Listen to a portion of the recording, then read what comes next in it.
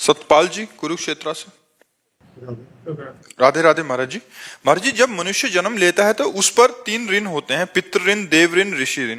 महाराज जी, ये कैसे उतारे जाएं और इसका फल भगवान को देना चाहिए और कैसे देना चाहिए? एकादश स्कंद में भागवत में लिखा हुआ है कि जो भगवान श्री कृष्ण चंद्र जी का निरंतर भजन करते हैं और जो समस्त द्वंद्वों से मुक्त हो जाते हैं, वो समस्त ऋणों से अपने आप मुक्त हो जाते हैं। अलग अलग कोई ऋण मुक्त करने की जरूरत नहीं है। भगवान का भजन करते हुए अपने कर्तव्य का पालन करो। जैसे तुम्हारे माता पिता हैं तो माता पिता की सेवा करो, तो मातृ पितृ ऋण से उऋण हो जाओगे। शास्त्र स्वाध्याय करते हुए शास्त्र के अनुसार आचरण करो, ऋषि ऋण से उऋण हो जाओगे। और समस्त चराचर जगत को भगवान मान करके सेवा करो, सब ऋणों से मुक्त हो जाओगे। भगवान का भजन समस्त ऋणों से मुक्त कर देता है। यदि भगवान का भजन न करो तो एक ऋण हमारे अंदर और है, भगवत ऋण। हम भगवान से वादा करके आए हैं गर्भ में कि इस बार मुझे जन्म दे दो, मैं ऐसा भजन करूंगा कि दोबारा फिर माँ के गर्भ में ना आना पड़े। ये किसी ऋण से नहीं, चुकाने से नहीं होगा, ये केवल भजन से होगा। जब भजन करो तो सब ऋण मुक्त हो जाओगे और जीवन मुक्त भी हो जाओगे। भजन नहीं करोगे तो इतनी क्षमता ही नहीं है कि इन ऋणों से मुक्त हो सके। तो मातृ ऋण, पितृ ऋण, ऋषि ऋण, देव ऋण, गुरु ऋण, इष्ट ऋण, सब ऋणों से मुक्त होने का एक मार्ग है भगवान की शरण लेकर भगवान का नाम जप करो, शास्त्र स्वाध्याय करो, संत वाणी गुरु वाणी के अनुसार चलो, जीवन सार्थक हो जाएगा। अभिनय त्यागी जी। राधे राधे महाराज जी। महाराज जी, जैसे आप कहते हैं कि गुरु प्रकट रूप में होना चाहिए, साधारण नाम लेने में और गुरु प्रदत्त नाम लेने में फर्क होता है। महाराज जी, आपके श्रीमुख से सुना है कि जैसे कि एक हमारी सामने से गुरु की दृष्टि पढ़ना और एक सुन के पढ़ना, तो महाराज जी जो व्यक्ति आपके आना आपके सामने संभव नहीं है, उसको अपने गुरु रूप में स्वीकार कर लिया है, तो उस आप कैसे शिष्य या वो कैसे? आज्ञा पालन करना ही गुरु को स्वीकार करना है। जो सत्संग सुना जा रहा है, यदि उसका हम आचरण करें तो हमारे अंदर गुरु भक्ति सुदृढ़ हो जाएगी। लेकिन हम बिना दर्शन किए, बिना मिले, बिना संग किए हम कैसे उस उन्नति को प्राप्त हो सकते हैं? एक बार हमें गुरु चरणों में समर्पित होना चाहिए, एक बार हमें गुरु संग करना चाहिए। बिना संग भजन न होई संग बिन, और भजन बिना नहीं प्रेम, छिन्हू भजन छाड़िए धरिए अध्रु नेम। ऐसे बात नहीं बनती। गाइड को साथ लेके चला जाता है। अगर आपको यहाँ कहीं वृंदावन में दर्शन करने हैं तो गाइड करना होगा, और गाइड करने वाले को साथ लेके और उसकी आज्ञा के अनुसार चलना होगा। ये गली नहीं, इधर से चलिए, इधर से चलिए। ऐसे ही गुरु का संग तब जाकर के चढ़ता है प्रेम का रंग। अब केवल मान लिया आपने और गुरु की नहीं मानी, तो गुरु के मानने से बात नहीं चलेगी, गुरु की मानने से चलेगी। गुरु की वाणी मानो, बस फिर बात बन जाएगी। तो गुरु का दर्शन, गुरु का संग और गुरु की आज्ञा का पालन, यही भगवत प्राप्ति कराते हैं। तो बिना प्रगट गुरु के कैसे बात बन सकती है? हमें डांटेगा कौन? हमारा निरीक्षण परीक्षण कौन करेगा? गुरुदेव। तो हमें गुरु का संग अत्यंत आवश्यक है प्रगट में। प्रगट में बिना गुरु के रंग नहीं चढ़ता। चाहे करके देख लो, कोई करके देख लो। महाराज जी, जैसे आपके हजारों शिष्य हैं महाराज जी, तो प्रकट में महाराज जी हर एक को आपका संग तो? हाँ, तो प्रगट में दर्शन करना। महीना हम कहते हैं महीने 2 महीने 4 महीने में आओ, इसके बाद मोबाइल से सत्संग सुनते रहो, आज्ञा का पालन करो, कनेक्शन बनाए रखो। अगर कनेक्शन बनाए न रखे तो केवल मानने मात्र से थोड़ी बात हो जाए। अंदर जो जलन होती है महाराज जी, वो भी डांट ही होती है। और क्या, गुरुदेव का अगर आप पूर्ण रूप से अनुशासन स्वीकार करेंगे तो थोड़ी भी गलती आपके हृदय को जलाएगी, आपका सुधार करेगी, आपको गलतियों से बचा करके सतमार्ग में चलाएगी। तो गुरु का सानिध्य तो अत्यंत आवश्यक है। गुरु के दरबार में जाना, मत्था टेकना, उनके चरणों में बैठना, उनकी चरण रज लगाना, इसी से तो हमें सामर्थ्य आएगी उनकी आज्ञा का पालन करने की। अगर हम उनका संग न करें तो मनमानी आचरणों, हवा इतनी गंदी चल रही माया की कि आप देखो, इधर से निकलो बाहर देखो उसका क्या रंग चढ़ता है। अब यहाँ आके बैठे हो तो यहाँ का क्या रंग चढ़ता है आप देखो, यहाँ कैसा आपको अनुभव हो रहा है और बाहर कैसा अनुभव हो रहा है। तो मोबाइल भी चार्ज करना पड़ता है, नहीं चार्ज करना पड़ता? तो ऐसे महीना 2 महीना में अपने को चार्ज करते रहो, किसका प्रश्न है? हाँ, गुरुदेव के दर्शन करना, इससे हम चार्ज होते हैं, हमारे अंदर पावर आता है। ऐसा थोड़ी मोबाइल से और प्रगट से अंतर है। मोबाइल से पावर थोड़ी आएगा। मोबाइल से तो जो तुम पकड़ पाओ सो पकड़ पाओ, और यहाँ तुमको पकड़ाया जाएगा, यहाँ तुम्हारे अंदर पावर जाएगा। दर्शन, स्पर्श, संभाषण, वो परमाणु प्राप्त होते हैं। इसलिए प्रगट में गुरु के सानिध्य की विशेष आवश्यकता है। अंशुल त्यागी जी। राधा राधा।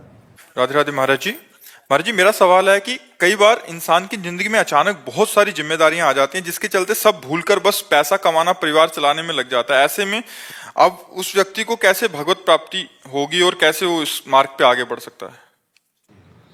परिवार के सदस्यों को भगवान का स्वरूप समझो, उसमें भगवान है ना। बिना भगवान के कोई एक कदम भी नहीं चल सकता। भगवान पावर है, जैसे आपके अंदर है ना, तो आपका जो ढांचा है ये आप नहीं है। ये मनुष्य शरीर रूपी ढांचा आप नहीं है। इसमें परमात्मा का पावर जो है वही चलन फिलन डुलन हलन, अगर वो ना हो तो इसका बड़ा अनादर किया जाता है। शरीर को गाड़ दिया जाता है, फेंक दिया जाता है, जला दिया जाता है, नहीं कर दिया जाता।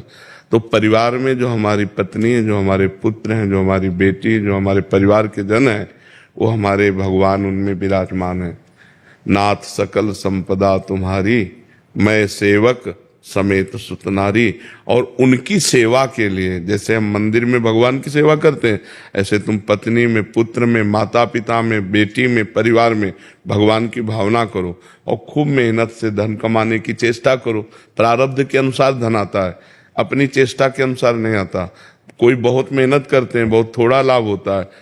कोई बहुत कम मेहनत करते हैं, बहुत लाभ होता है।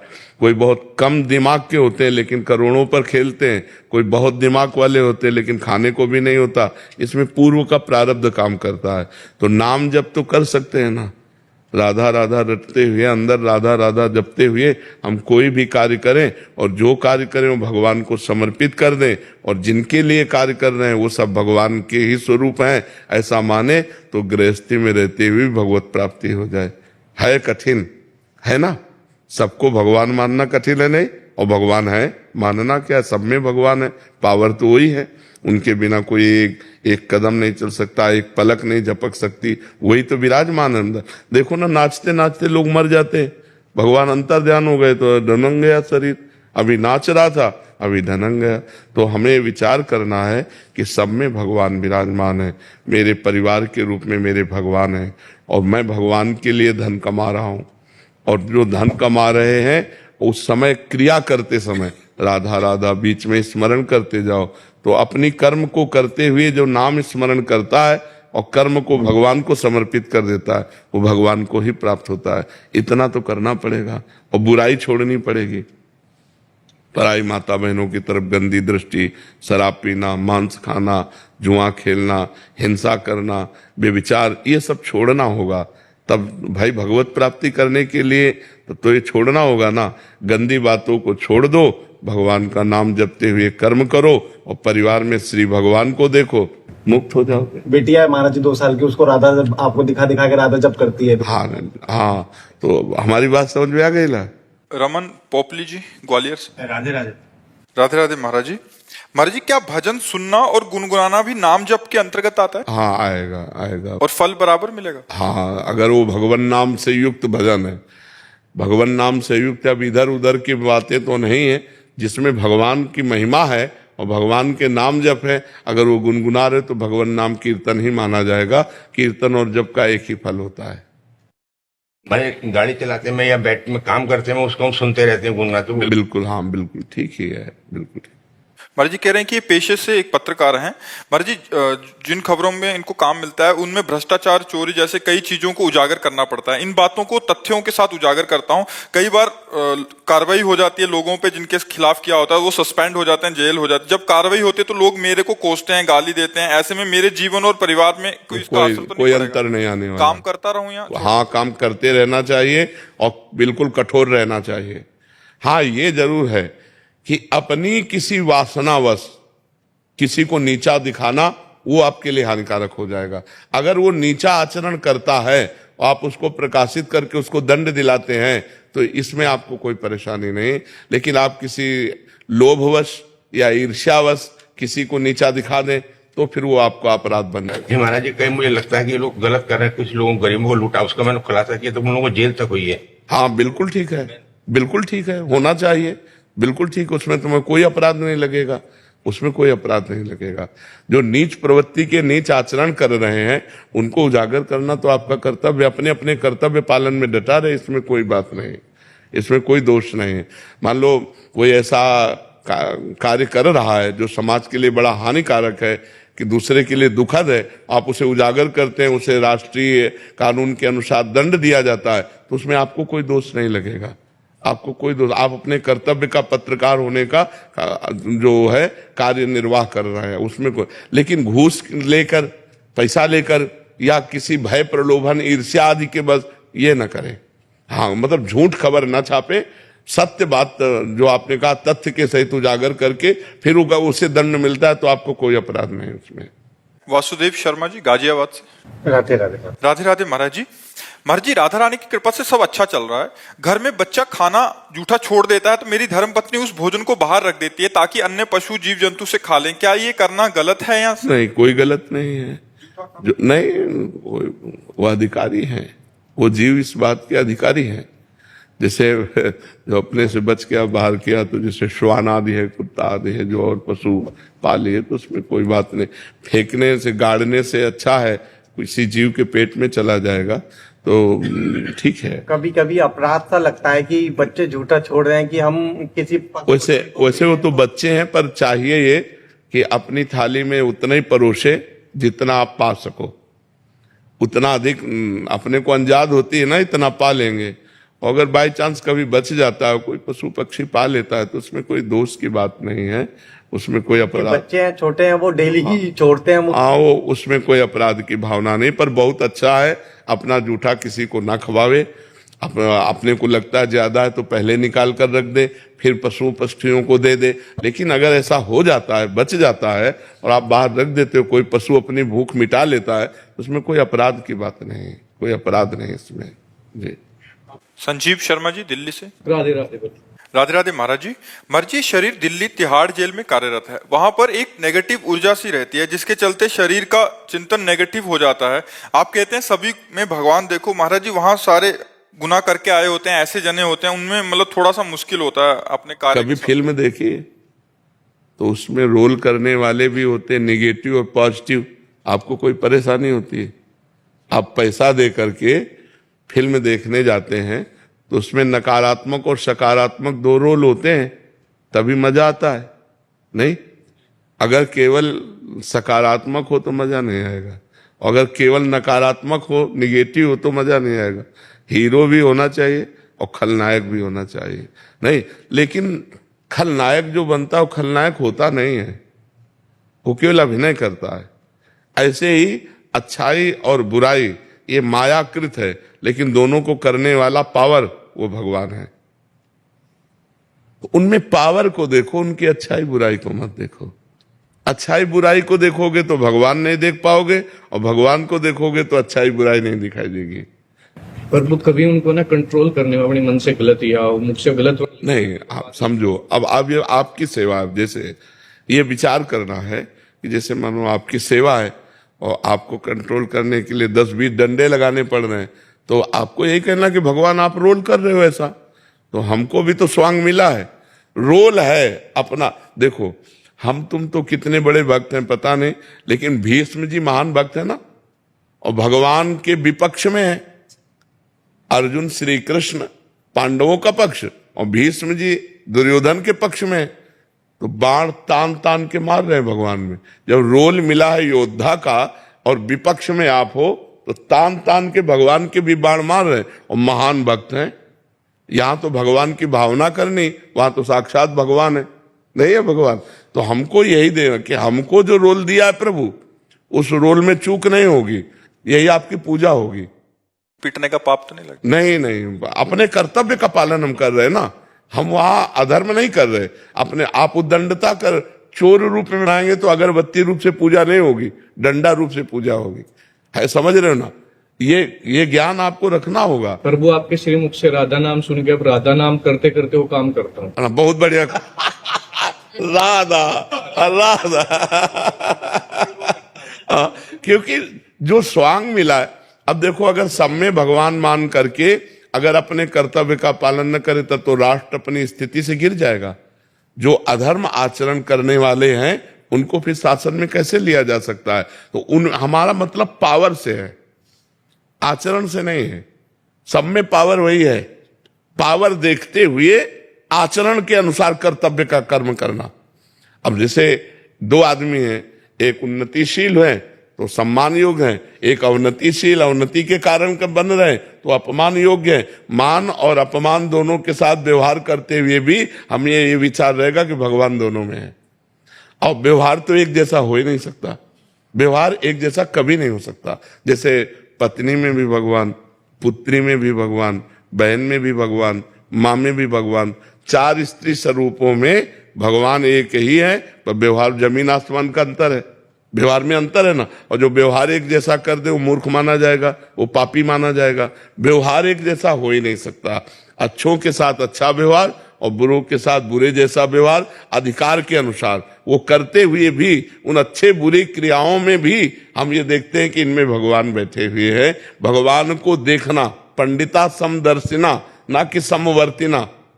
समवर्तिना, समवर्तन हो ही नहीं सकता, वर्तन तो समान हो ही नहीं सकता। सब में भगवान का दर्शन। अब जैसे पुत्र है, पढ़ा रहे हैं, गलत अगर पढ़ रहा है, पढ़ने में रुचि नहीं रख रहा, गलत आचरण कर रहा है, लेकिन हम भाव भगवान का ही रखेंगे।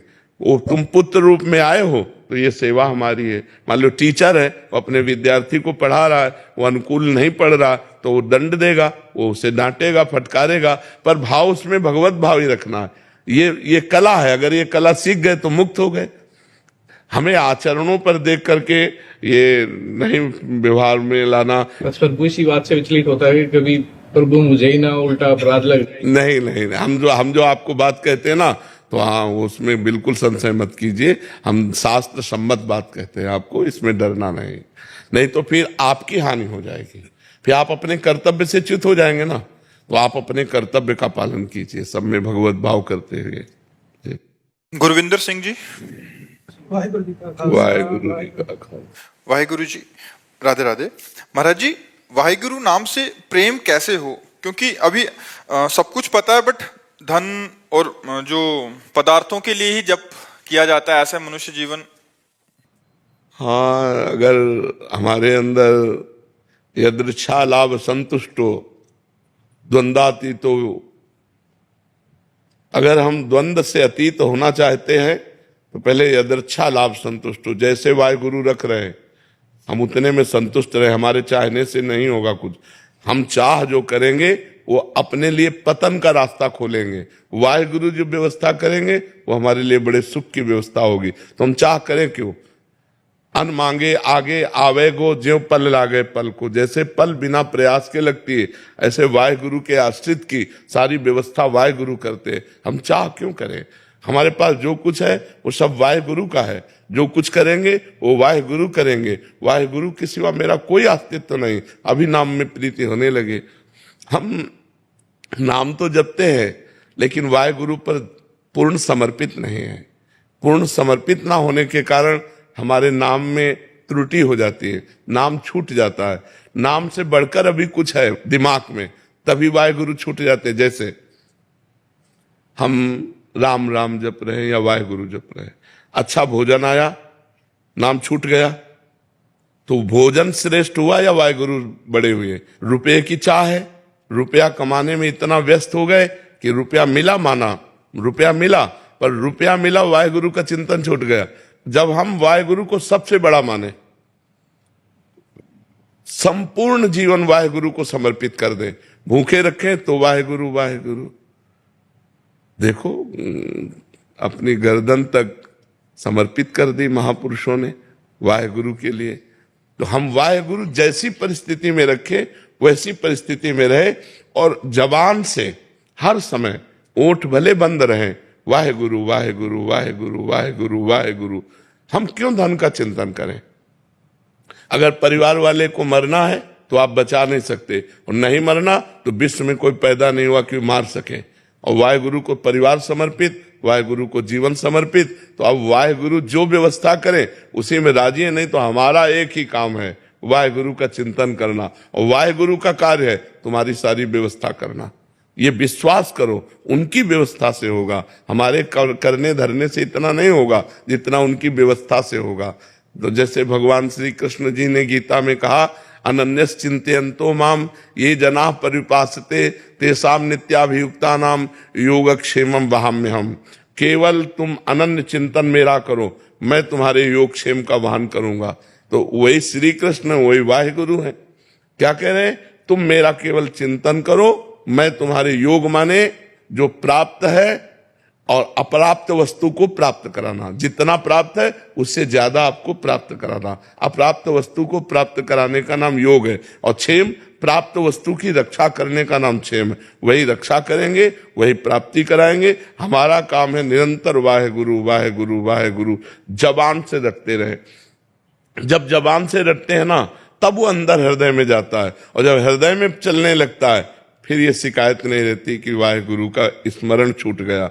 वो तो जीवन बन जाते हैं। जैसे दिल की धड़कन स्वयं होती है, ऐसे वाहेगुरु का चिंतन स्वयं होता है। इसलिए सब कुछ वाहेगुरु का है, सब कुछ वाहेगुरु के विधान से होगा, और मेरा केवल एक ही कर्तव्य है, निरंतर वाहेगुरु के आश्रित होकर वाहेगुरु का चिंतन करना, वाहेगुरु का नाम जप करना।